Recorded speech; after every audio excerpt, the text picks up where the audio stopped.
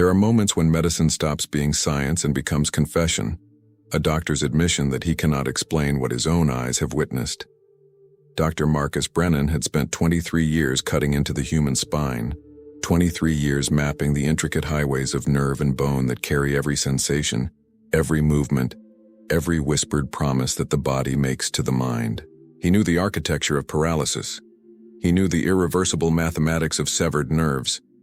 He knew, with the cold certainty of a man who had delivered this verdict hundreds of times, that once the spinal cord is crushed at the thoracic level, the legs become monuments to what was lost, beautiful, useless, silent. And yet, on the morning of April 7th, in the pediatric wing of Jackson Memorial Hospital, a 9-year-old girl named Sofia Navarro stood up from her wheelchair and walked. Not stumbled, not shuffled with braces and trembling determination. Walked. 3 steps across the linoleum floor, her bare feet pressing down with the confident weight of a child who had never forgotten how to run, even though her body had been shattered 12 weeks earlier on a rain-slicked highway in Kendall. If you also need a miracle, if you're watching someone you love suffer the impossible, the irreversible, the medically declared permanent, subscribe now and join the prayers of the Virgin Mary. Because what happened in Miami didn't begin in a hospital. It began in a place where science has no instruments to measure, and faith becomes the only language left.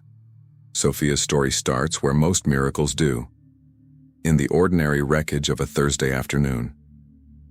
Carolina Navarro was driving home from her second shift. She cleaned office buildings downtown until her hands cracked and bled, then took the bus to Coral Gables where she worked the late hours at a hotel laundry. Sofia sat in the back seat, homework spread across her lap, humming a song she'd learned in school. The girl was bright in that way that poor children often are, sharp with the intelligence of necessity, fluent in English while her mother still stumbled over articles and tenses, translating the world for Carolina the way children of immigrants always do. They were talking about Sofia's science project, something about butterflies. Carolina only half understood, exhausted, her vision blurring as she merged onto US 1. She didn't see the pickup truck run the red light. The impact folded the sedan like a letter being sealed.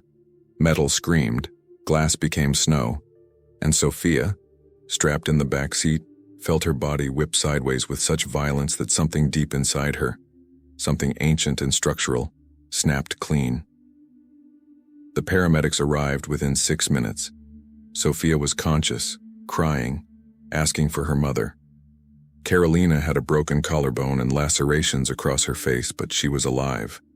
She kept saying the same thing over and over in Spanish. Mi niña, sálvenla. My girl, save her. They rushed Sofia to Jackson Memorial. The trauma team moved with choreographed precision, IV lines, intubation, CT scans that lit up her small body in slices of gray revelation. And there, on the screen, the surgeons saw it. Compression fracture at T6, spinal cord contusion with hemorrhaging, vertebral displacement. Dr. Brennan was the attending neurosurgeon. He stood in the fluorescent glare of the imaging room, studying the scans with the focused silence of a man reading an execution order. The cord's crushed, he said to his resident. We can stabilize the fracture, but she's not walking again. The resident, younger and still unaccustomed to delivering permanence, hesitated. Are you certain? Brennan looked at him with something close to pity. I've been doing this longer than you've been alive. The spinal cord doesn't heal. Not at this level. Not with this kind of damage. They operated the next morning. 5 hours of delicate reconstruction. Titanium rods, bone grafts, microvascular repair. They saved Sofia's life. But they couldn't save her legs. When Carolina was finally allowed into the recovery room, she found her daughter wrapped in white blankets, tubes snaking from her small arms, monitors beeping like mechanical prayers. Sofia's eyes fluttered open. Mommy. Carolina pressed her forehead to her daughter's hand, tears streaming. I'm here, mi amor, I'm here. I can't feel my legs. The words dropped into the room like stones into still water. Carolina looked up at the nurse, desperate for contradiction, for softness, for anything but the truth she saw reflected in the woman's face. "The doctor will explain everything," the nurse said gently. But Carolina didn't need explanation. She understood. She had crossed a border once with nothing but Sophia in her belly and hope stitched into the lining of her coat. She had survived things that should have broken her. But this was different. This was her child's body betraying her, and Carolina could do nothing. Dr. Brennan came in an hour later. He was a tall man, graying at the temples, with hands that looked too large for the delicate work they performed. He spoke with the careful neutrality of someone who has learned to deliver devastation without flinching. "We've stabilized the fracture. Sophia will recover from the surgery, but the spinal cord injury is complete. She has no motor function below the waist and no sensation. She'll need extensive physical therapy, a wheelchair, modifications to your home." "No." Carolina's voice was raw. "No, you don't understand. She's 9 years old. She dances. She plays soccer. Mrs. Navarro." Brennan's tone softened, but only slightly. "I know this is devastating, but I need you to understand the reality. The spinal cord doesn't regenerate. We've consulted with 2 other specialists. The consensus is unanimous. Sophia will not walk again." Carolina stared at him. Then, in a voice that came from somewhere deeper than grief, she said, "You don't know my God." Brennan said nothing. He'd heard it before. The desperate faith that emerges when medicine fails. He didn't argue. He simply nodded and left the room. The days that followed were a gray procession of physical therapy sessions where Sophia learned to navigate a world built for standing, catheterization routines that humiliated her, and nights when Carolina lay awake in the fold-out chair beside the hospital bed, praying the rosary until her fingers went numb. Sophia tried to be brave. She smiled when the therapists came. She made jokes with the nurses. But at night, when the hospital fell quiet and the only sounds were the mechanical sighs of distant machines, she would whisper to her mother, "Why did God let this happen?" Carolina had no answer. She had been taught that God was good, that he heard prayers, that suffering had meaning. But staring at her daughter's paralyzed legs, those teachings felt like stories told to children, beautiful and ultimately insufficient. 3 weeks into Sophia's hospitalization, a social worker came to discuss long-term care, wheelchair ramps, Medicaid applications, special education services. Carolina listened, nodded, signed forms, but inside something was hardening. Not anger, exactly. Something sharper, a refusal. That night, after Sophia fell asleep, Carolina walked out of the hospital and into the humid Miami darkness. She didn't know where she was going. She just walked, past the parking garage, past the bus stop, into the side streets of Little Havana, where bodega lights glowed like votive candles. She found herself standing in front of a small church, so small she'd walked past it 100 times without noticing. The door was open. A single light burned in the sanctuary. Carolina went inside. The church was old, smelling of incense and wood polish. Rows of empty pews, a crucifix above the altar, Christ's body twisted in bronze agony. And to the left, in a glass case, something she'd never seen before. A fragment of wood, dark with age, mounted on red velvet. A small plaque beneath it read, "Reliquia de la Vera Cruz, brought by Franciscan missionaries, 1788, a piece of the true cross." Carolina approached slowly, as if the relic might vanish if she moved too quickly. She pressed her hands against the glass, her breath fogging the surface. "Please," she whispered. "Please. I know I'm nobody. I know I don't deserve miracles. But my daughter, she's innocent. She's good. Please, Jesus. Please, Blessed Mother. Don't let her live like this." She didn't hear footsteps behind her. "You can touch it if you want." Carolina spun around. An elderly priest stood in the shadows, his face creased with years, his eyes kind. "Father, It's all right." He moved forward, keys jingling in his hand. "I'm Father Tomas. I've been here 40 years. I've seen many people come to this cross with impossible prayers." He unlocked the case. "Would you like to bring your daughter here?" Carolina's throat tightened. "The doctors say she'll never walk." Father Tomas looked at her for a long moment. Then, very gently, he said, "The doctors told me the same thing once about my sister. That was in Cuba, before the revolution. She had polio, completely paralyzed." He paused. "She touched a statue of Our Lady of Charity. 3 days later, she stood up. What happened to her? She became a nun. She's 84 now, still walking." Carolina felt something crack open inside her chest. Not hope exactly, but its precursor. Possibility. "Bring Sophia," Father Tomas said quietly. "Bring her soon." The clock on the hospital wall read 11:47 p.m. when Carolina returned to Sophia's room. Her daughter was awake, staring at the ceiling. "Mommy, where did you go?" Carolina sat on the edge of the bed and took Sophia's hand. "I found something. A church. There's a piece of the cross that Jesus died on, a real piece." Sophia's eyes widened. "Really? Really? And tomorrow we're going to go there. You're going to touch it. And you're going to ask the Blessed Mother to ask her son for a miracle."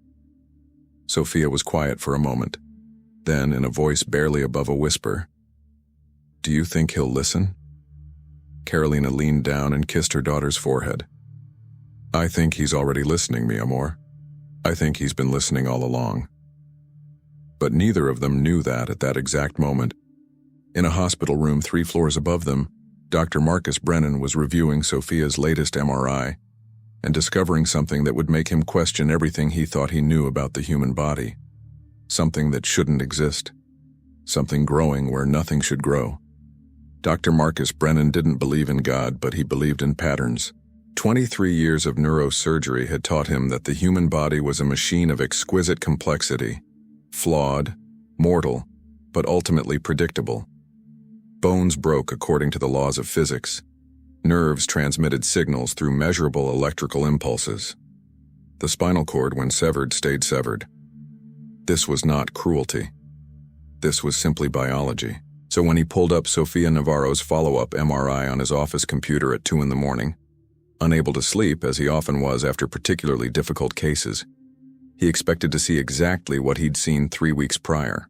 A crushed spinal cord at T6, hemorrhaging stabilized, scar tissue forming, the clean white absence of nerve signal below the injury site. What he saw instead made him lean forward, squinting at the screen. There was something there, something that hadn't been there before.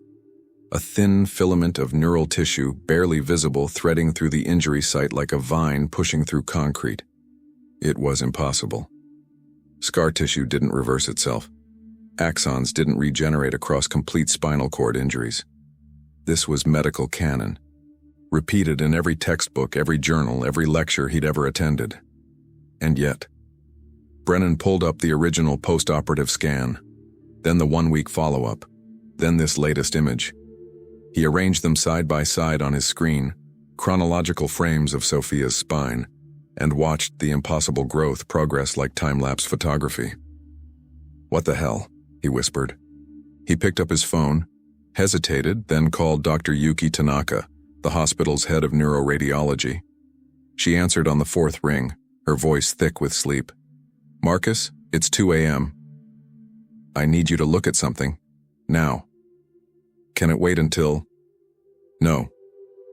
20 minutes later, Tanaka stood beside him in his office, still wearing her pajama top under her jacket, staring at the same images. "That's not possible," she said flatly. "I know. Neural regeneration across a complete SCI? Marcus, this doesn't happen. Not in 9-year-olds, not in anyone. The growth factors aren't there. The cellular environment is hostile. I know all of that." Brennan's voice was sharp. "I'm asking you to tell me what I'm looking at." Tanaka was silent for a long moment, her eyes moving between the scans. Finally, "Artifact? Equipment malfunction? 3 different machines, 3 different technicians. Then I don't know." She looked at him. "Have you examined the patient recently?" "Not since last week. She's scheduled for discharge tomorrow, today I mean. Wheelchair, home modifications, the whole package." "Maybe you should examine her again." But before Brennan could return to Sophia's room that morning, Carolina Navarro was already wheeling her daughter out of the hospital. The nurses had protested. Discharge paperwork wasn't complete. The physical therapist needed to do one final session. But Carolina was insistent, polite but immovable, the kind of determination that comes from having nothing left to lose. "We'll be back," she told the charge nurse. "I just need to take her somewhere first. Mrs. Navarro, Sophia needs consistent medical supervision. If you're concerned about the wheelchair fitting in your apartment, we have social services who can—" "It's not about the wheelchair." Carolina's voice was quiet but absolute. "I'm taking my daughter to church." The nurse recognized the futility of arguing with Faith and helped them to the elevator. Miami morning traffic was already thickening as Carolina pushed Sophia's wheelchair down 12th Avenue. The air was heavy with humidity, smelling of exhaust and salt water and overripe fruit from the vendors on the corner. Sophia was quiet, her hands gripping the armrests, watching the city slide past. They'd lived in Miami for 6 years, but Carolina still felt like a visitor, one of those people who occupy a space without ever fully belonging to it. She'd left Venezuela with Sophia when the girl was 3, crossing through Colombia and Panama and up through Central America in a journey she rarely spoke about. There had been kindness along the way, but mostly there had been fear. The fear of being sent back, the fear of being alone, the fear of failing her daughter. She'd worked jobs that made her invisible, cleaning offices after everyone left, washing sheets in hotel basements, scrubbing toilets in restaurants where she'd never be able to afford a meal. She'd learned just enough English to understand instructions, not enough to argue. She'd kept her head down and saved every dollar and told Sophia that America was the place where dreams came true. And now her daughter couldn't walk. "Mommy, what if it doesn't work?" Sophia's voice was small. Carolina stopped pushing, knelt beside the wheelchair so they were eye to eye. "Then we'll try something else. And something else after that. But Sophia, mi amor, you have to understand, miracles aren't magic tricks. They're not about getting what we want. They're about trusting that God knows what we need." "But I need to walk." "I know, baby. I know." They reached the church 10 minutes later. It looked even smaller in daylight. A narrow building squeezed between a Dominican barbershop and a panaderia, the kind of place you could walk past every day without noticing. The sign above the door read, "Iglesia de Nuestra Señora de los Dolores," Our Lady of Sorrows. Carolina pushed through the heavy wooden door. Inside, the church was cool and dim. Morning light filtered through stained glass windows, painting the pews in colors of rose and amber. The smell of incense hung in the air, layered over decades of prayers and candle wax. Father Tomas was at the altar arranging flowers. He looked up and smiled. "You came. I told you I would." He walked down the aisle, moving slowly, his cassock whispering against the stone floor. When he reached them, he placed a gentle hand on Sophia's head. "And you must be Sophia." She looked up at him with eyes that were trying to be brave. "Yes, Father. Your mother tells me you're a fighter." Sophia's chin trembled. "I don't feel like one. The strongest people rarely do." He gestured toward the side chapel. "Come, let me show you something." Carolina pushed the wheelchair forward. They approached the glass case that held the relic, the fragment of ancient wood, dark and weathered, mounted on crimson velvet. Sophia stared at it, her expression unreadable. "This wood," Father Thomas said quietly, "came from the cross where Jesus died. His blood touched it, his suffering sanctified it, and his mother stood at the foot of that cross and watched her son die." He paused. "Do you know what that means?" Sophia shook her head. "It means that when you touch this cross, you're touching the place where the worst suffering in history was transformed into the greatest love. It means that Our Lady understands what it is to watch someone you love suffer and feel powerless to stop it. She knows, Sophia. She knows exactly how your mother feels, and she knows how you feel." Tears were streaming down Carolina's face now, silent and hot. Father Tomas unlocked the case with a key he wore on a chain around his neck. The glass swung open with a soft click. He lifted the relic carefully, holding it in both hands. Would you like to touch it? Sophia looked at her mother. Carolina nodded. The girl reached out slowly, her small hand trembling. Her fingers brushed the wood, rough, ancient, carrying the weight of 2,000 years. Mary, Sophia whispered, please ask your son to help me. Please, I don't want to be broken anymore. The church was absolutely silent. Even the traffic outside seemed to fade. There was only Sophia's voice and the sound of Carolina's stifled sobs and the distant drip of water from somewhere in the building. And then something happened that Father Tomas would later describe to diocesan investigators, something that Carolina would recall in vivid detail for the rest of her life, something that Sophia herself would only remember in fragments. The air changed. Not dramatically, not with thunder or light or any of the theatrical manifestations of Hollywood miracles. But it changed, became denser somehow, charged, as if the atmosphere itself was holding its breath. Sophia gasped. What is it? Carolina gripped her daughter's shoulder. I felt something. In my legs, just for a second, like when your foot falls asleep and starts to wake up. Carolina looked at Father Tomas. He was staring at Sophia with an expression of awe and terror mixed together. It was probably nothing, Sophia said quickly as if afraid to hope. Just my imagination. But her eyes were bright now, pupils dilated, and her breathing had quickened. Let's pray, Father Tomas said. His voice was steady, but his hands shook as he replaced the relic in its case. Let's pray the rosary together, all three of us. They prayed. Carolina in Spanish, Father Tomas in Latin, Sophia in whispered English. The beads moved through their fingers. The mysteries unfolded. Annunciation, visitation, nativity, presentation, finding in the temple. Over and over, the rhythm of petition and response, the ancient words worn smooth by centuries of repetition. When they finished, Sophia was crying, not from pain or fear, but from something else, something she couldn't name. Can we come back? She asked. Every day, Father Tomas promised.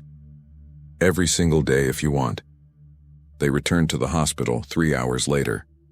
Carolina was prepared for arguments, for lectures about medical compliance, for the bureaucratic machinery of healthcare grinding her down. Instead, Dr. Brennan was waiting in Sophia's room. He stood when they entered, his expression unreadable. Mrs. Navarro, Sophia, we need to talk. Carolina's stomach dropped. Is something wrong?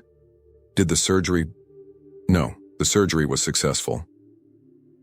He hesitated, and in that hesitation, Carolina saw something she'd never expected to see in this man: uncertainty. But something's happened. Something I can't explain. I need to examine Sophia again. Right now, if that's all right. What kind of something? Brennan looked at Sophia. Your latest MRI shows neural activity where there shouldn't be any. I need to run some tests. Motor response, sensory perception, reflex evaluation. Carolina felt her heart hammering. What does that mean? I don't know yet. That's what I'm trying to figure out. He conducted the examination there in the room, gentle but thorough, methodical as a man defusing a bomb. Pinprick tests along Sophia's legs, light touches with cotton swabs, requests for her to flex muscles that hadn't responded in weeks. And Sophia, eyes closed in concentration, trying. Anything? Brennan asked. I'm not sure. Maybe? It's like everything's very far away. He pressed a reflex hammer against her knee. Nothing. He tried again, harder. Sophia's leg twitched. Brennan froze. Carolina stopped breathing. Did you... Carolina couldn't finish the sentence. I need to run more scans, Brennan said. His voice was carefully neutral, but his hands were shaking. I need to call in the other specialists. Mrs. Navarro, what did you do this morning? Where did you take her? Carolina met his eyes. We went to church. We prayed. Did she receive any kind of treatment? Alternative medicine, stem cell therapy, anything like that? No, we touched a relic, a piece of the true cross, and we prayed to the Virgin Mary. Brennan stared at her for a long moment. Then he turned and walked out of the room without another word. That night, back in his office, Brennan pulled every piece of literature he could find on spontaneous spinal cord regeneration. There were cases, rare, exceptional cases, of partial recovery and incomplete injuries. There were experimental treatments in early clinical trials. There were animal models showing promising results. But nothing like this. Nothing that explained axons regrowing across a complete transection in a matter of weeks. He thought about calling colleagues but stopped himself.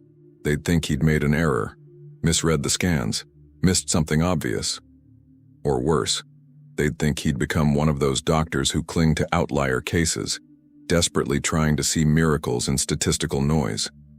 He pulled up Sophia's scans again, stared at that impossible thread of neural tissue. His phone buzzed. A text from Dr. Tanaka.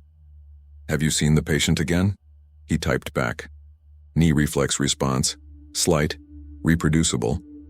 3 dots appeared, disappeared, appeared again. Then, "Marcus. This doesn't happen." "I know. So what are we dealing with?" He stared at the question for a long time before responding. "I have no idea." In her apartment that night, Carolina helped Sophia into bed. The hospital bed they'd installed in the living room, surrounded by rails and grab bars and all the architecture of permanent disability. But Sophia was smiling, really smiling for the first time in weeks. "Mommy, I felt it. I really felt it. My knee moved. I know, mi amor. I saw it." "Do you think—" Sophia stopped, afraid to voice the hope. "I think," Carolina said carefully, "that we're going to keep praying. We're going to go back to that church every day. And we're going to trust that Our Lady is hearing us." She kissed her daughter's forehead, turned off the light, and walked into the kitchen. Through the window, she could see the lights of downtown Miami, glittering against the dark sky. She pulled out her rosary and began to pray. And in a church 3 miles away, Father Tomas knelt before the tabernacle, his old knees aching against the stone floor, and whispered the same prayer he'd been praying for 40 years. "Blessed Mother, show us your mercy. Show us that you still walk among your children. Show us that nothing is impossible with God." The votive candles flickered, the traffic hummed, the city breathed in and out. And in Jackson Memorial Hospital, Dr. Marcus Brennan sat alone in his office, staring at images of a spine that was rewriting the rules of medicine and wondering if he'd spent his entire career believing in the wrong things. The medical conference room smelled of burnt coffee and desperation. 3 specialists sat around the table, each holding printouts of Sofia Navarro's scans, each wearing the same expression of professional discomfort. Dr. Brennan had called this meeting with a single-line email. "Need second opinions on pediatric SCI case. Results anomalous." Dr. Patricia Okonkwo, a spinal cord injury specialist from the Shepherd Center, spoke first. She was a woman who'd built her reputation on telling families hard truths, and she didn't believe in softening her words. "Marcus, I've reviewed everything you sent. The initial injury was textbook complete transection at T6. 0 ambiguity. This child should have 0 motor function below the nipple line." She tapped the scans with her pen. "But these follow-ups show neural regeneration that I've never seen outside of laboratory rats treated with experimental growth factors. And even then—" She paused. "Even then, nothing this dramatic." Dr. Samuel Chen, a neurologist specializing in pediatric cases, leaned forward. He was younger, still possessed of the optimism that age and repetitive tragedy eventually erode. "Could we be looking at an incomplete injury that was initially misclassified? That happens. Swelling obscures the image, we call it complete when actually—" "No." Brennan's voice was flat. "I've been doing this for 2 decades. The injury was complete. 3 independent surgical teams reviewed the case. The consensus was unanimous." "Then what's your explanation?" Okonkwo asked. Brennan was quiet for a long moment. Then, "I don't have one." The third specialist, Dr. Thomas Weiss from Johns Hopkins, cleared his throat. He was the eldest in the room, his hair completely white, his hands gnarled with arthritis that probably should have ended his surgical career years ago. I saw something like this once. Just once. Back in 1987. A patient in Baltimore. Motorcycle accident. Similar mechanism of injury. Complete transection at T7. 6 weeks later, he had partial motor return. Nothing as dramatic as this, but enough to walk with braces. What was the explanation? Chen asked. Weiss smiled thinly. There wasn't one. We published the case as a medical anomaly, called it spontaneous remyelination. But between us? He looked around the table. We had no idea. The patient was deeply religious. He attributed it to prayer. His church called it a miracle. We called it an unexplained recovery and moved on. So you're suggesting this is beyond medicine, Okonkwo said. Her tone made clear what she thought of that suggestion. I'm suggesting, Weiss replied carefully, that we don't know everything. And sometimes, arrogance makes us dismiss data that doesn't fit our models. Brennan felt something coil tight in his chest. I need to run more tests, motor function assessments, EMG studies, another MRI to track the progression. And if the regeneration continues? Chen asked. Then we document it. We write it up. We submit it to every journal that will take us seriously. Marcus, Okonkwo's voice softened. You know what happens to doctors who publish miracle cases. We get labeled. Becomes difficult to get credible work after that. I'm not publishing anything yet. I'm just trying to understand what I'm seeing. And the family? Weiss asked. What have you told them? Nothing concrete. The mother believes it's divine intervention. The daughter just wants to walk again. I'm not going to give them false hope based on scans that might mean nothing. But even as he said it, Brennan knew he was lying to himself, because that knee reflex hadn't been nothing. Carolina took Sophia back to the church every morning. It became a ritual. Wake at 5:30, help Sophia dress, lift her into the wheelchair, navigate the cracked sidewalks and early morning darkness to Iglesia de Nuestra Señora de los Dolores. Father Tomas would be waiting, the doors unlocked, the relic already removed from its case. Sophia would touch the ancient wood. She would pray, and Carolina would kneel beside her, rosary wrapped around her bleeding hands, bleeding because she worked night shifts at the laundry to pay the medical bills that kept arriving, each envelope another reminder of financial catastrophe. On the fourth morning, as Sophia touched the relic, she gasped. It's stronger today, the feeling like something's waking up. Father Tomas placed his hand on her head. Don't force it, mija. Let God work in his time. But Sophia was 9 years old and patience wasn't something her body understood. She squeezed her eyes shut, concentrating so hard her face went red. Sophia, stop, Carolina said gently. Father's right. You can't force. I can wiggle my toe. Carolina's breath caught. What? Look. Sophia was staring down at her bare feet. They always removed her shoes for these visits. Something about wanting nothing between her skin and the sacred ground. Her right big toe was moving. Not much. A slight flex. A tremor, really. But moving. Father Tomas knelt slowly, his joints cracking, and placed his palm above Sophia's foot without touching it. Our Father, who art in heaven, he began, his voice shaking. Carolina picked up the prayer, tears streaming. Sophia joined them, and in the empty church, with morning light beginning to filter through the stained glass, they prayed while Sophia's toe continued to move. Small twitches of impossible biology, tiny rebellions against medical certainty. When they finished, Father Tomas looked at Carolina with an expression of wonder and fear mixed together. You need to tell the doctors.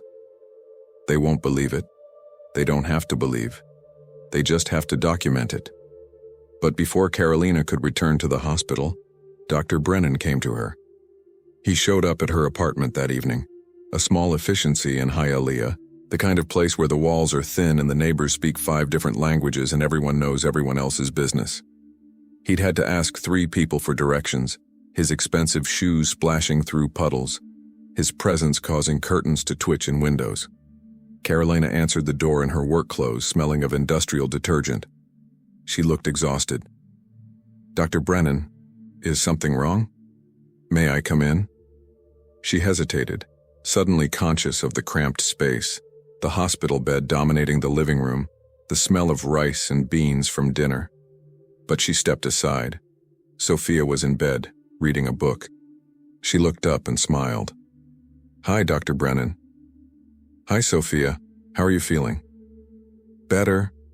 There was something in her voice, a lightness that hadn't been there before. Brennan pulled out a chair from the small kitchen table, sat down heavily. He looked at Carolina.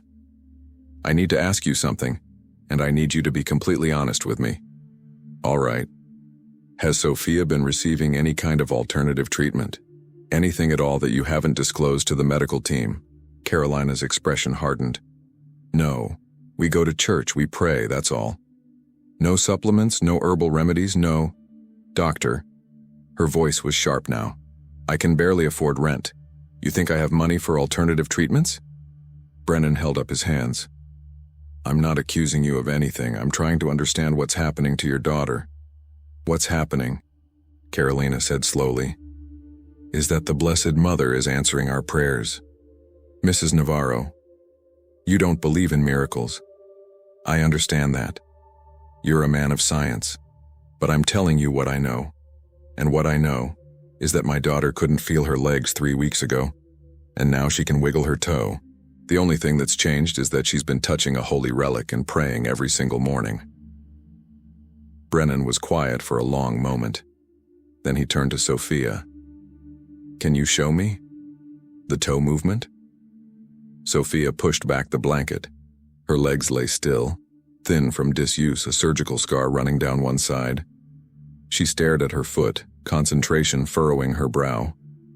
Nothing happened. Sometimes it takes a minute, she said, frustrated. It's okay, take your time. They waited. Carolina stood behind her daughter, hands on her shoulders.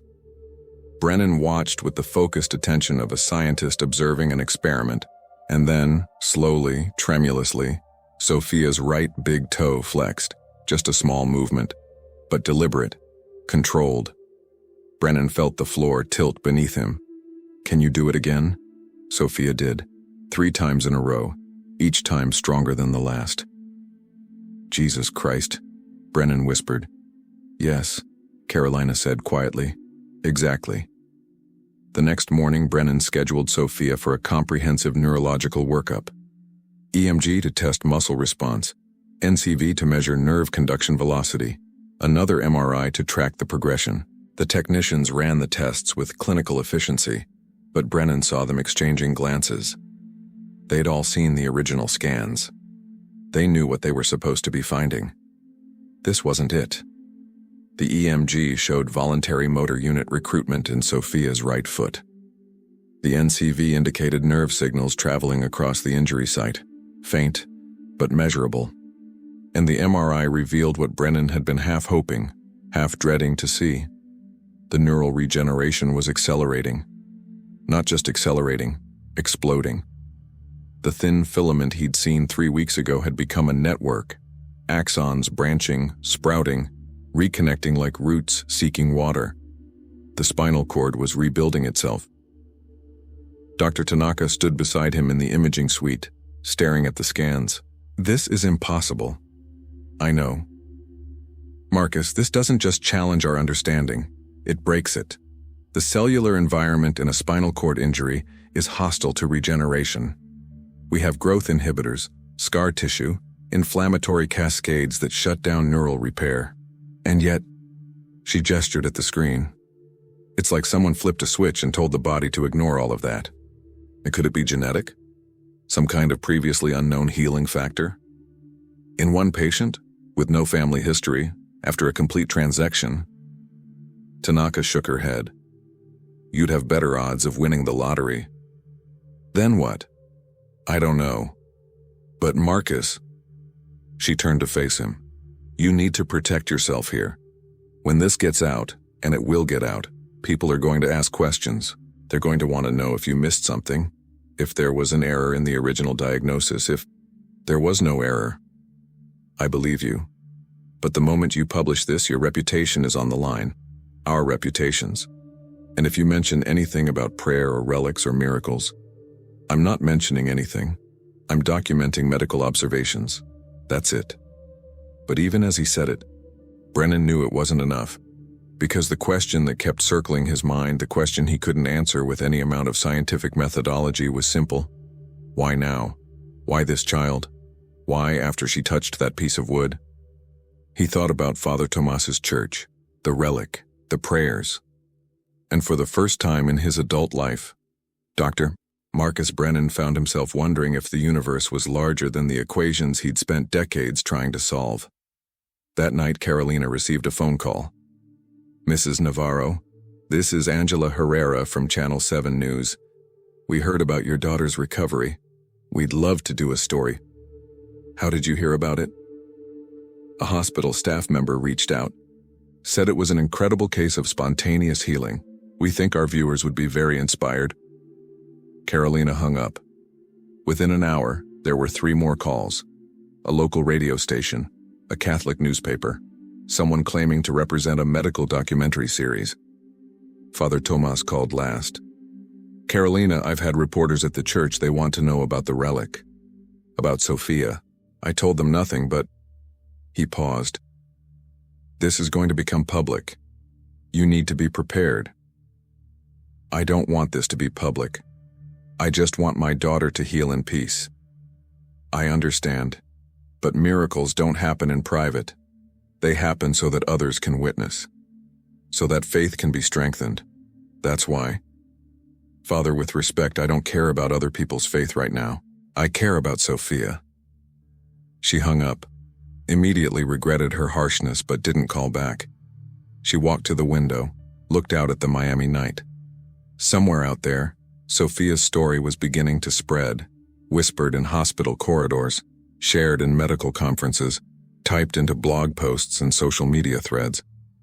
And Carolina knew, with the certainty of someone who'd lived through enough trauma to recognize its approach, that their quiet life was about to shatter.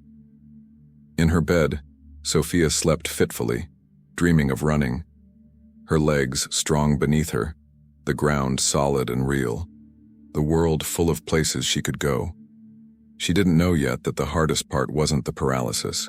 It was what would happen when people started believing she'd been cured. The first video appeared on social media 48 hours after the news broke.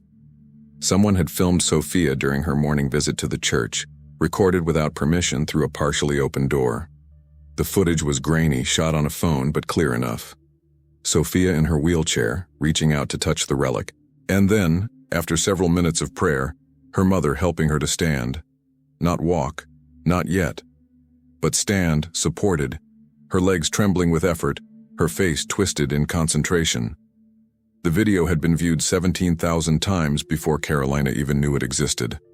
The caption read, "Miracle in Miami. Paralyzed girl walks after touching piece of true cross. Share if you believe." Carolina found out when her phone wouldn't stop buzzing.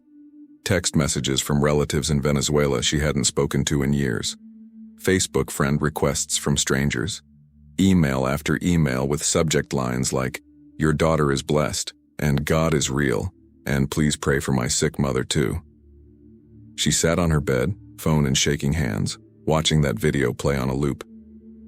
Watching her daughter's private moment of desperate faith turned into content, commodified, shared across the digital void. "Mommy!" Sophia appeared in the doorway. She was using a walker now, another impossible development from yesterday's physical therapy session, where she'd shocked the therapist by supporting her own weight for 12 seconds. "Why are you crying?" "I'm not crying." "You are." Carolina wiped her eyes. "People are talking about you, about what's happening to you. Is that bad?" "I don't know yet." By that afternoon, reporters had found their address. Carolina opened the door to find a woman with perfect makeup and a camera crew behind her. "Mrs. Navarro, I'm Jessica Moreno from Telemundo. We'd love to talk to you about Sophia's miraculous recovery. Our viewers are so inspired." "No." Carolina started to close the door. "Just 5 minutes. We can blur Sophia's face if you want privacy. We just think this story could give hope to so many people who are suffering." I said no. She closed the door, locked it, pulled the curtains. But they didn't leave. She could hear them outside, talking to neighbors, asking questions. Someone was describing Carolina as very private, very devoted to her daughter, works all the time. Someone else was saying they'd always known there was something special about the family. Sophia watched from her walker, eyes wide. They want to talk about me? Yes, baby. Maybe I should tell them. About the Blessed Mother. About how she's healing me. No. Carolina's voice was sharp. Sophia, listen to me. What's happening to you is between you, God, and our family. The moment we let other people in, the moment we let them make this into a story, it stops being yours. Do you understand? Sophia didn't. Not really. She was 9 years old and people were calling her a miracle, and that felt important. Felt like maybe her suffering had meant something after all. But she nodded anyway, because her mother's eyes were fierce with protection, and Sophia had learned years ago to trust that fierceness. Dr. Brennan's morning was worse.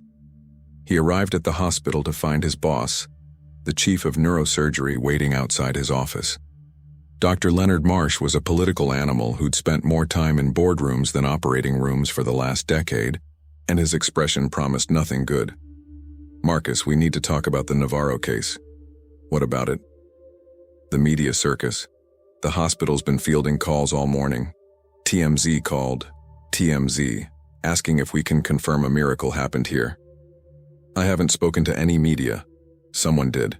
Someone leaked those scans. And now we've got Catholic bloggers calling this the greatest miracle since Lourdes, and skeptics saying we misdiagnosed, and the hospital's PR department having a collective aneurysm trying to figure out how to handle this without looking either anti-science or anti-religion. Brennan felt his jaw tighten. I'm documenting a case of unexpected neural regeneration. That's it. I haven't claimed anything miraculous. But you're not denying it either. Because I don't know how to explain it. Marsh lowered his voice. Marcus, you're a brilliant surgeon. You've got a spotless reputation. Don't throw that away by getting associated with faith healing. I'm not associated with anything. I'm treating a patient who is experiencing physiological changes that I cannot currently explain through known mechanisms. Then figure out the mechanisms, run genetic testing, check for growth factors we might have missed. Find a scientific explanation before this turns into a circus that damages this hospital's credibility. I'm running every test I can think of. Good. And Marcus? Marsh's voice dropped lower. Until you have those results, I strongly suggest you decline any media requests. Let PR handle the messaging. We're going to issue a statement saying the patient is showing unexpected improvement. We're investigating the causes, and we don't speculate beyond observable medical facts. Fine. And one more thing. Marsh paused at the door. The family. The mother. She's been bringing the girl to some church, right? With a relic? So I'm told. That stops. Or at least it stops being mentioned in any medical documentation. Because the moment we put patient-visited religious relic in the official record, we're opening ourselves to lawsuits, investigations, and a media shitstorm we cannot afford. You want me to lie by omission? I want you to stick to medicine. Leave the theology to priests. He left. Brennan sat at his desk, staring at Sophia's file, and felt the familiar anger rising, the anger he'd cultivated over decades, the anger at a world that demanded simple explanations for complex phenomena, that forced scientists to choose between intellectual honesty and professional survival. His phone buzzed. A text from an unknown number. Dr. Brennan, I'm a producer at 60 Minutes. We're doing a segment on modern medical miracles. Would love to speak with you about the Navarro case. Compensation available for interview. He deleted it, then immediately wondered if that had been the right choice. That evening, Father Thomas held an emergency meeting at the church. The parish council had assembled. 6 people, mostly elderly, all deeply concerned about what was happening to their small, quiet community. Mrs. Rodriguez spoke first, her voice trembling with excitement. Father, this is an answer to prayer. For years we've been struggling. Attendance down. The diocese talking about closing us. And now God has chosen our church, our relic, to perform a miracle. This could save us, or destroy us, countered Mr. Delgado, the church treasurer. We had 20 reporters here today. 20. They're blocking the sidewalk. The neighbors are complaining. And if Sophia stops improving, if this turns out to be medical coincidence, we'll be the laughingstock of Miami. It's not coincidence, Mrs. Rodriguez snapped. The child touched our relic and began to heal. That's a miracle. That's a correlation, not causation. Father Tomas raised his hand for silence. We don't know yet what this is. What I know is that a suffering child is getting better. Whether that's miracle or medicine or both, we should be grateful. But we also need to be careful. The church has protocols for investigating miracles. We can't just declare. The church takes decades to investigate miracles, Mrs. Rodriguez interrupted. By then, everyone will have forgotten. We need to embrace this now. Set up a shrine. Welcome the pilgrims. Accept donations for... No. Father Tomas's voice was sharp. We are not turning this into a business. If people want to come pray, the doors are open. But we're not selling relics or offering special blessings or doing anything that commodifies a child's suffering.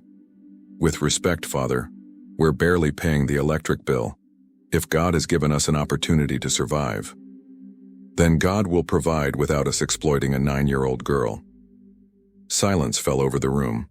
Finally, Mr. Delgado spoke quietly. What about Sophia's privacy? What about protecting her from all of this attention? Father Tomas nodded slowly. I've been thinking about that. I'm going to suggest to Carolina that we change the visiting schedule. Early morning, before the church officially opens. Just family. No cameras, no witnesses. But people want to see the miracle. People want spectacle, Father Tomas said flatly. God wants healing. Those aren't always the same thing. In Jackson Memorial Hospital's research wing, Dr. Yuki Tanaka was working late. She'd run Sophia's blood work through every genetic sequencer they had. She'd consulted with colleagues at Johns Hopkins, Mayo Clinic, and UCSF. She'd reviewed case studies going back 50 years. Nothing explained what she was seeing. The growth factors in Sophia's cerebrospinal fluid were elevated, but not dramatically. Her genetic profile showed no unusual variants. There was no evidence of stem cell therapy, no trace of experimental drugs, no indication of any medical intervention beyond the standard post-operative care. And yet the spine continued to heal. Tanaka pulled up the latest MRI taken just this afternoon. The neural regeneration had progressed even further. Axons were not just reconnecting, they were myelinating, forming the protective sheaths necessary for proper signal transmission. In medical school, she'd been taught this was impossible. The central nervous system didn't regenerate like this. Adult mammals couldn't regrow spinal cords. Except Sophia Navarro apparently could. Tanaka's phone rang. Marcus Brennan. Talk to me, she said. I need you to look at something. His voice was strange, tight, controlled. Can you access the security footage from pediatrics? Why? Just trust me. 4th floor, corridor B, timestamp from yesterday morning around 6 a.m. Tanaka pulled up the hospital's security system, navigated to the right camera. The footage was grainy, black and white, shot from a corner-mounted camera with a wide-angle lens. It showed Sophia's room. The door was closed, but through the narrow window, Tanaka could make out shapes. Sophia in her bed, Carolina beside her. And then, "What am I looking at?" Tanaka asked. "Keep watching." At 6:14 a.m., something changed. The light in the room seemed to shift, though no lamps were turned on or off. It became brighter somehow, diffused as if the air itself was glowing. Sophia sat up in bed, not struggling, not using the rails, just sat up smoothly, her spine straight. Carolina stood backing away, her hands pressed to her mouth. And Sophia stood, not with a walker, not with braces or support. She simply stood, placed her feet on the floor and stood. The timestamp read, 6:15 a.m. Marcus, Tanaka whispered. When did you do her motor function assessment yesterday? 2 p.m. She could barely support weight with maximum assistance. So between morning and afternoon she went from nearly complete paralysis to standing independently, yes. They were both quiet, watching the grainy footage replay, watching Sophia take 3 wobbling steps before her mother rushed forward to catch her, watching the light in the room slowly normalize, becoming ordinary hospital fluorescence again. "What was that light?" Tanaka asked. "I don't know." "Could it be a camera artifact? Lens flare or something?" "I've watched it 20 times. It's not a flaw in the recording. Something happened in that room, Marcus." Tanaka's voice was careful. "What are you suggesting?" "I'm not suggesting anything, I'm showing you data. You interpret it however you want." But they both knew what it looked like. It looked like something impossible had walked into that hospital room and rewritten the laws of biology while they slept. Carolina knelt beside Sophia's bed that night, helping her daughter through the evening routine. The hospital bed would be gone soon. Sophia didn't need it anymore. Yesterday, she'd walked 15 feet with just the walker. Today, she'd managed 23. Every medical professional who examined her wore the same expression: confusion mixed with awe, mixed with the desperate need for rational explanation. But Carolina didn't need explanations. She'd seen the Virgin Mary's face in her prayers. She'd felt the electric presence in that church every morning. She knew what was happening, even if no doctor would say it aloud. "Mommy," Sophia said, as Carolina tucked the blanket around her. "Why won't Dr. Brennan say it's a miracle?" "Because he's a scientist, mi amor. Scientists need proof. But I am proof. I couldn't walk and now I can." "I know, baby. But for people like Dr. Brennan, there's always another explanation. They need to rule out everything else before they can consider something supernatural." "Do you think he'll ever believe?"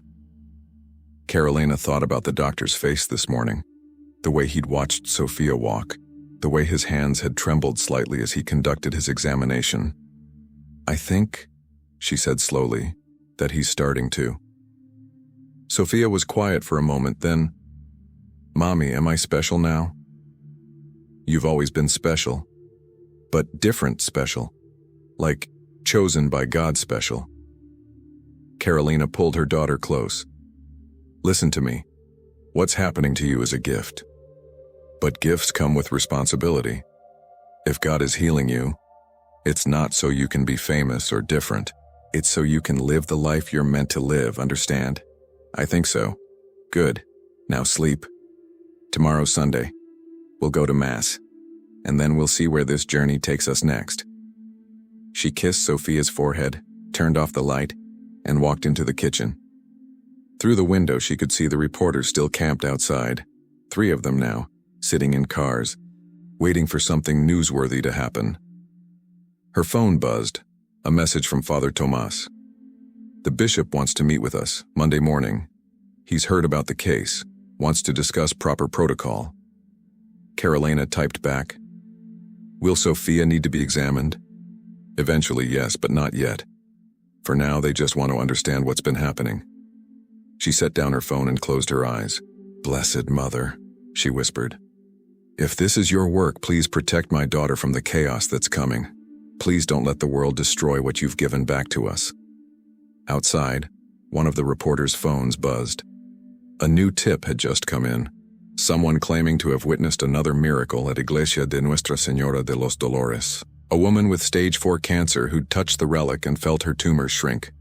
The story was growing, and somewhere in the darkness above Miami, something infinitely patient and infinitely loving watched over a 9-year-old girl who had become a battleground between faith and reason, between medicine and mystery, between what the world believed was possible and what heaven had decided to make real. The bishop arrived on Monday morning with an entourage. Not just the vicar general and a canon lawyer, but also a medical investigator from the Vatican's Congregation for the Causes of Saints, a stern-faced Italian priest named Father Giuseppe Torini, who'd spent 30 years examining alleged miracles and had developed what he called a nose for the fraudulent. They assembled in the conference room of the diocesan offices. A long table, crucifixes on the walls, the smell of old books and furniture polish.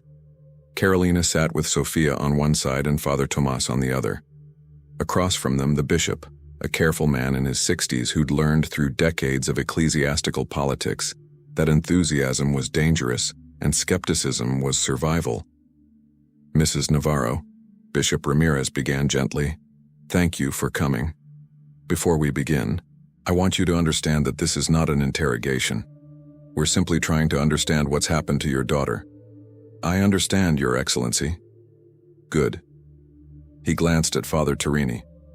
"Father will be asking most of the questions. He's experienced in these matters." Torini opened a leather portfolio, pulled out a pen.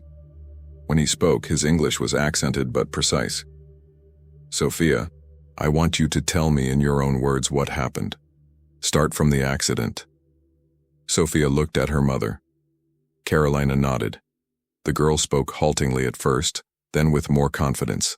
The crash, the hospital, the diagnosis, the despair, and then the morning in the church touching the relic, praying to the Virgin Mary, the sensation returning to her legs, the impossible healing.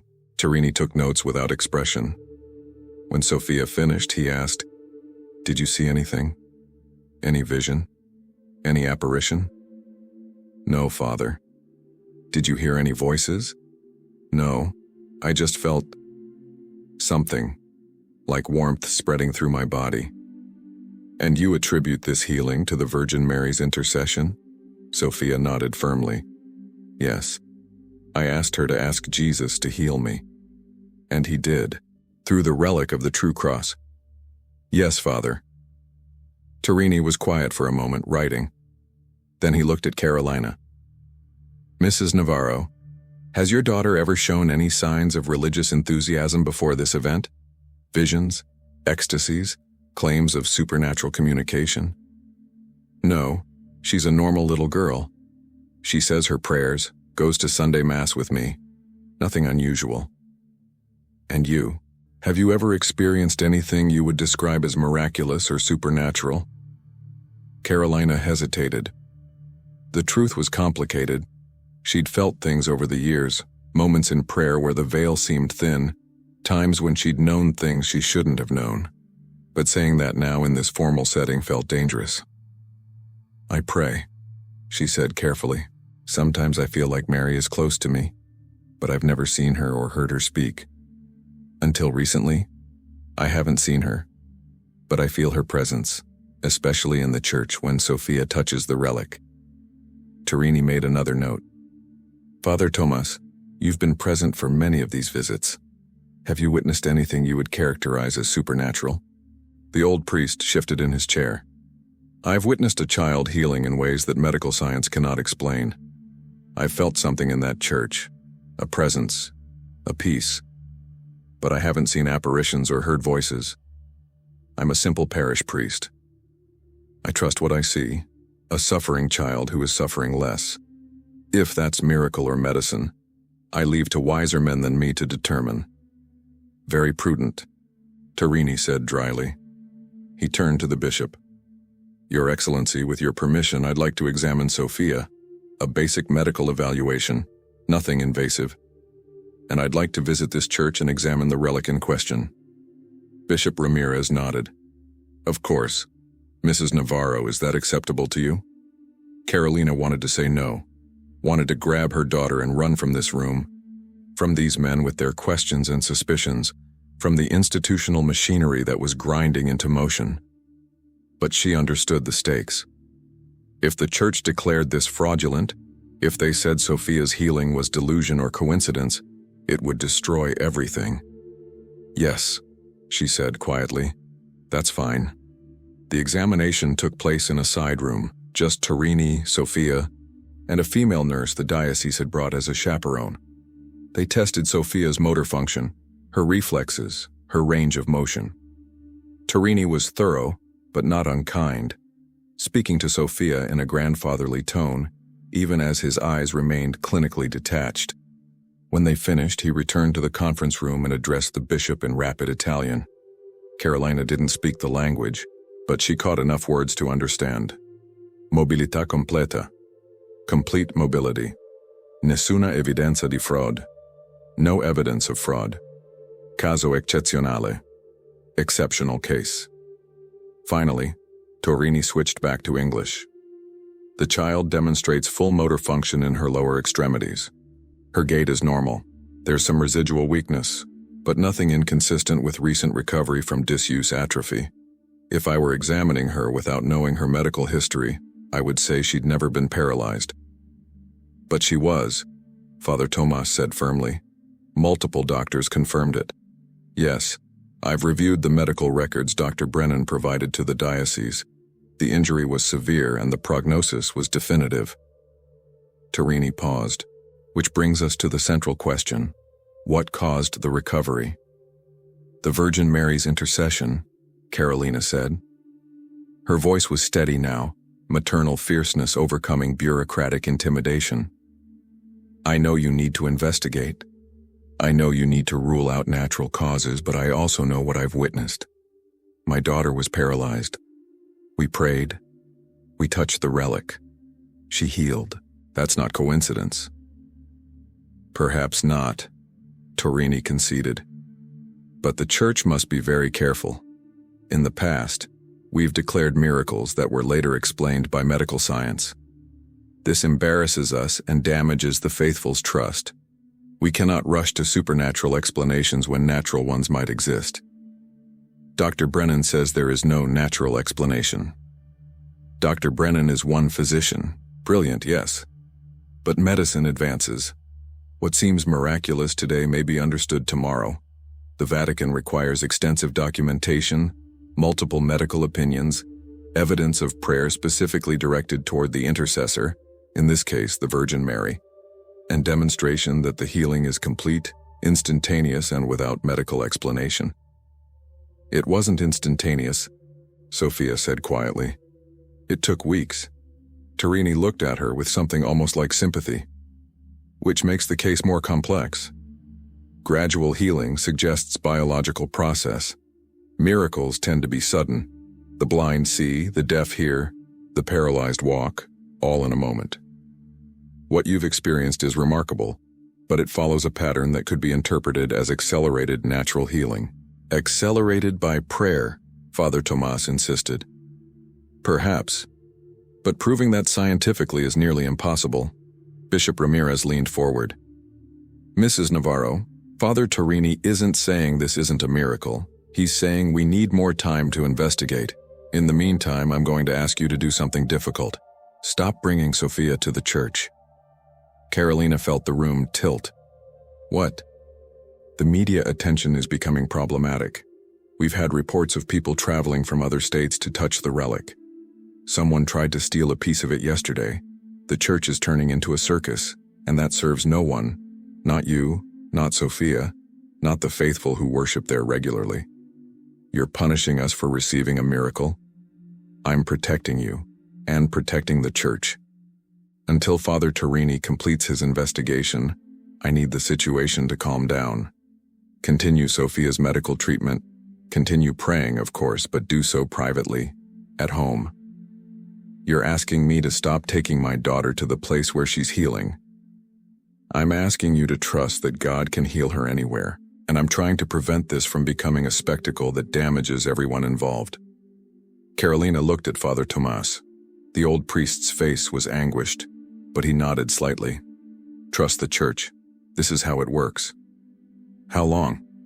Carolina asked. A few weeks, maybe months. These investigations take time. And if she stops improving during that time, Bishop Ramirez was quiet for a long moment. Then we'll know it wasn't a miracle. Dr. Brennan was in his office when the email arrived. It was from Dr. Leonard Marsh, marked urgent. Need to discuss Navarro case immediately. Media relations has concerns. He walked to Marsh's office, knocked once, entered without waiting for permission. Marsh was at his desk, looking older than usual. Tired. Close the door, Marcus. Brennan did. I'm taking you off the Navarro case. The words landed like a physical blow. Excuse me? Dr. Chen will take over her care. You'll provide a full case summary and transfer all files. On what grounds? On the grounds that this has become a media circus and you're at the center of it. TMZ ran a story yesterday calling you the miracle doctor. We've had 6 different religious organizations call asking if you're available for speaking engagements. And this morning, I got a call from the hospital's legal team asking if we're liable if this girl relapses and the family sues, claiming we gave them false hope. I never gave them false hope. I documented observable medical improvements. You documented impossible medical improvements, and now half the country thinks we're harboring miracles and the other half thinks we're incompetent hacks who misdiagnosed a 9-year-old girl. Marsh rubbed his eyes.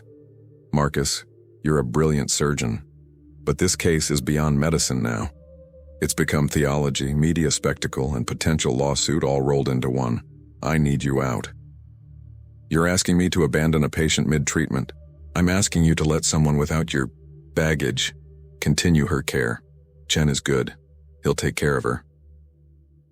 Chen didn't do the surgery. Chen doesn't know the case like I do. Chen also doesn't have reporters camping outside his house asking if he believes in miracles. Brennan stared at his boss. They're at my house? As of this morning, yes. Someone leaked your address. I'm sorry, Marcus, but this is exactly why I need you to step back. And if I refuse? Marsh's expression hardened. Then I'll make it official. Reassignment based on conflict of interest and media contamination of the doctor-patient relationship. Don't make me do that. Brennan walked out without another word. That afternoon, Carolina received a certified letter from a law firm representing the driver who caused Sophia's accident. Now that Sophia had recovered, he wanted to legally challenge her injuries, a move clearly meant to reduce compensation. Carolina felt panic rising. First the church investigation, then reporters, now lawyers.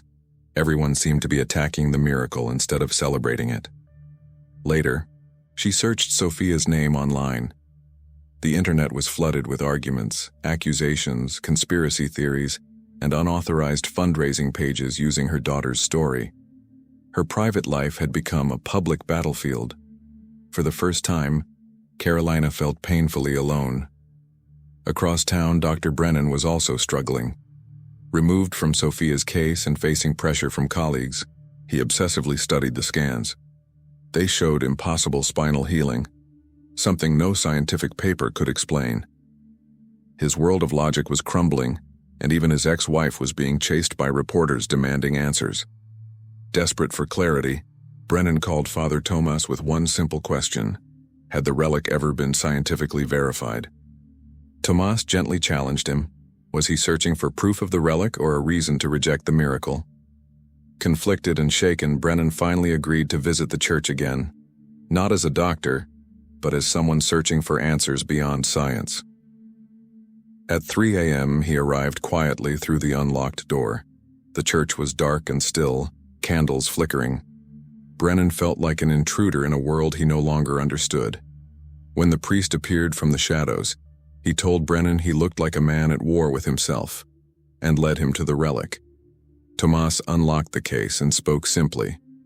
Brennan wanted rational explanations. But what if none existed? What if Sophia's healing pointed to a reality science couldn't measure? As Brennan placed his hand on the ancient wood, he realized he was crossing a threshold into a mystery that demanded faith instead of certainty. Dr. Brennan visited Father Tomas late at night, struggling with the idea that Sophia's healing might require him to rethink everything he believed. The priest encouraged him to touch the relic, not as a scientist, but as someone who had witnessed the unexplainable. Brennan felt nothing supernatural, yet Tomas insisted the miracle wasn't finished, and that Brennan would play an important role in what was coming. The next morning, Carolina received a call from a woman who claimed to have photographed the Virgin Mary, appearing beside the relic during prayer.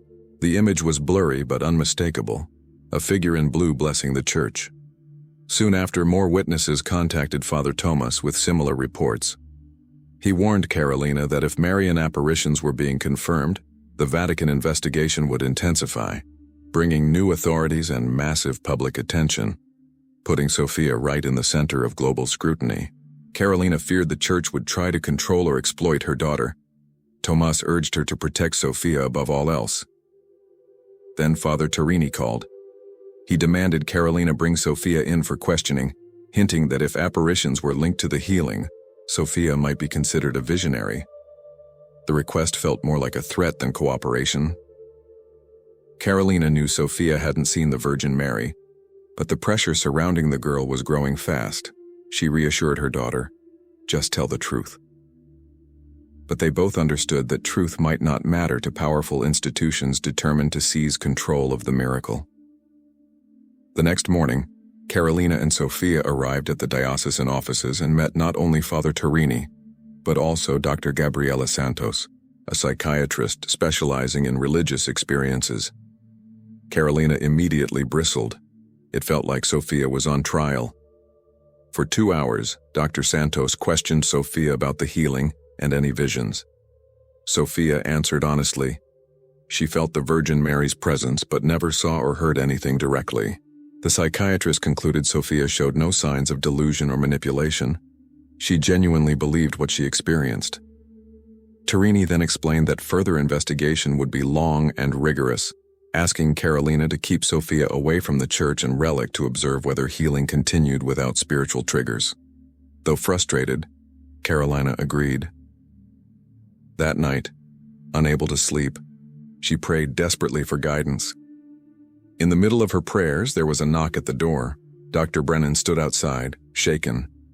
He showed her security footage from the hospital.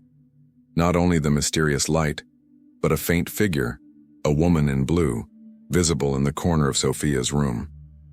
Experts insisted it wasn't a glitch. Brennan, once a staunch skeptic, now believed something divine had happened. He urged Carolina to take Sophia back to the church before the investigation constrained the miracle. Carolina hesitated. Disobeying could jeopardize everything, but the thought of faith being suppressed by fear pushed her forward. "Get Sophia," she told Brennan. "We're going to church." At 3 a.m, they arrived at Iglesia de Nuestra Señora de los Dolores. The doors were already open. Father Tomas had expected them.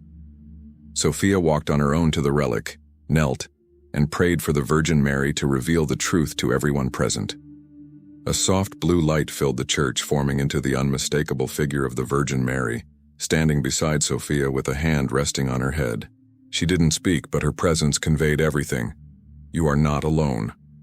After blessing Sophia, she faded into light once more.